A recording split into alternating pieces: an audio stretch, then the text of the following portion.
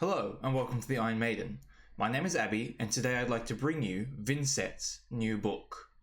In the newly announced Compendium of Wraith set, which is the new expansion set coming out early next year, Vynnset has already received a pretty good offhand equipment that we've had spoiled.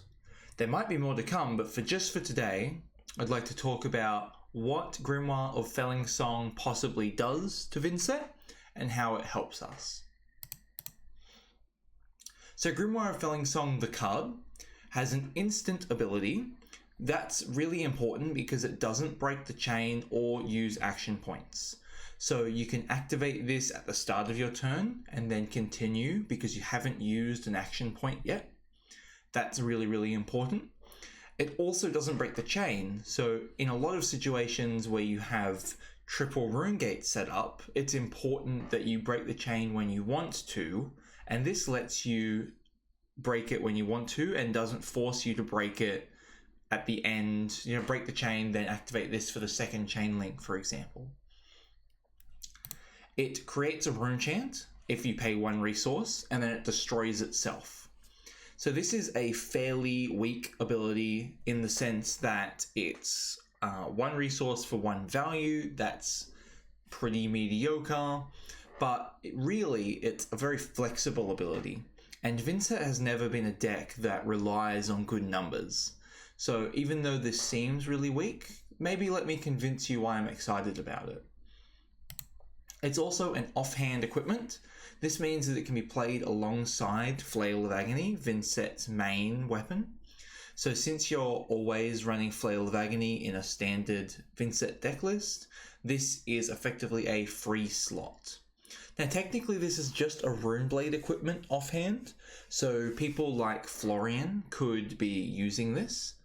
Currently in CC, Florian does not have a one-handed weapon he can play, but sometime in the future this won't just be a Vynnset card, but I do believe it was designed for Vynnset. So, how are we going to use this? What's it going to help us do? If you need that extra rune chant at the start of your turn in order to play the game, you now have it. So that's a plus consistency buff. It's small, but Vynnset has a few of these tools like Vexing Quillhand, like Dirge, like your Malefics, and just adding one more on that we always have access to could make the difference in many games. It also can power large turns like I talked about earlier by creating a rune chant without closing the chain. There have definitely been chains where I've set up a quad rune gate attack, but I need to close the chain at an awkward moment, which means that I can only do 3 instead of 4. Grimoire of Fellingsong could have unlocked some of these hands, so it's also a power buff. So that's really flexible. Vynnset has those two sides where she needs to have high consistency for some decks like Syndra right now, and high power in order to beat other decks such as Earth. The resource cost is the one barrier this card has. If it just made a rune chant like Vexing Quillhand just as an instant, that would be really strong. So in a lot of ways, I'm actually kind of glad it does cost a resource because I think this card would be too good, really, too consistent without it. So how are you going to get that one resource? Well, I think the most common way is going to be spare cards. Vynnset has an issue with spare cards on several turns. Often more than one rune gate in hand is pretty worthless. So if you attack and your opponent blocks and they don't attack you back, it's not uncommon to be low on rune chants, but also have multiple attacks in hand. One of those attacks can now become a rune chant, which is pretty good. Tunic also makes a rune chant and goes into Grimoire, of course. Already playing Tunic in many matchups, and after you've used creepers, Tunic really falls off in value. So having a second thing to use your Tunic resource on, other than creepers, is very powerful. And you can do resources floating from cards like Envelop or other non-attacks that cost 1 or 2. So if you pitch a blue or a yellow, which Vynnset has a few of, then you'll have that spare resource to go into Grimoire, for example. So I've talked about how free this card is, but there is some minor trade-offs, and that is losing the other offhand equipment that we have access to. Bloody Oval is worth 1 value at max. I guess you can blockade on hit, which makes it a little bit better, but it's hard to get more than 1 or 2 value out of your Bloody Oval. With your new Grimoire of the Fellingsong, it's pretty easy to get at least 2 value out of it, especially if you're using Tunic. You get the 1 damage and the 1 resource effectively. And then Grimoire of the Haunt is a really weird math card. It doesn't do anything all game, assuming your opponent doesn't do arcane damage to you. And then it doesn't do anything during the end game in 9 out of 10 matchups. But 1 in 10 matchups, it lets you win the game by creating that eloquence, which lets you play a cull, pay a life, get an action point, all sorts of stuff like that. So I think losing Grimoire in some of these matchups is actually a relevant hit. But Grimoire is very rarely used in a lot of matchups like Syndra, for example. So having both Grimoire is actually, I think, going to be the future for Vynnset, at least for right now. I don't think Bloody Oval is worth it. But if we play Grimoire of Fellingsong and Grimoire of the Haunt, we'll have a Fellingsong Grimoire for consistency and a little bit for the mid-rangey warrior style matchups that you have to kind of test. Whereas Grimoire of the Haunt is really for those power matchups, or more importantly, for Arcane Barrier. So I'd like to see where this goes and which book goes into which matchup, but my assumption would be that Grimoire of Fellingsong is about to become much more popular than Grimoire of the Haunt, although I do think that both need to be in each list.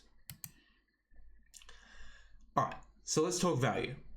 Like I've talked about, this is a free slot, effectively, since you have that spare hand, and it is a low value card, as I've also said.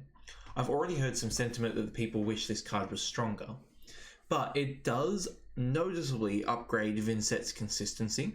It is effectively another Quill Hand, and Quill Hand is Vynnset's sometimes most powerful equipment. In Syndra, for example, I think it's her most powerful equipment. So having a second one, even if it's a lot worse, is still really good.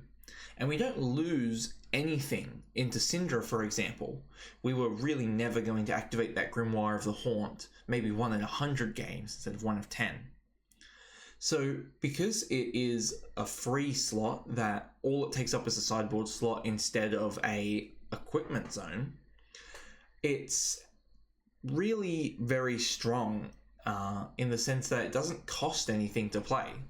So although it doesn't change bad matchups or break the hero, I think it is actually going to make a notable impact on Vynnset's win percentage. I think you'll notice that into a wide pool of heroes, the aggressive heroes, the more mid-range heroes, or even some defensive heroes, depending on how we end up playing Fellingsong. I think a lot of these matchups are going to go up by 3 or 4%, which is going to make a massive impact over the course of a whole tournament or 100 games.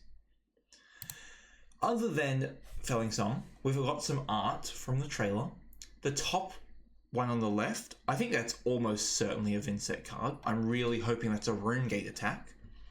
And the one on the bottom right is definitely Shadow, I would say. I guess it could be a light card, but I'm really thinking it has to be a Shadow card, which means Vynnset might actually get 2 more cards this set. And because this set will also contain many commons and rares for each class, she might even get some new medium power options. So I'm thinking new Runegates would be where I'd really like to see them expand. But we could also get new Rune Chant Generation or new Go Again, or even some new budget equipment. There is a lot of equipment in this set. And this is definitely going to impact Sage as well as, well, everything else, CC hopefully. So that's the quick video for today. If you'd like to subscribe, like, comment, all that stuff's down below. If you'd like to join the Discord, there's the link in the description. That Discord was going crazy when these cards are being spoiled. We're talking about it, sharing ideas, and that was a really good place to be. So if you haven't joined that Discord, I really recommend you do, and you'll get to experience it as we get new cards spoiled. And that's it for today. Be good.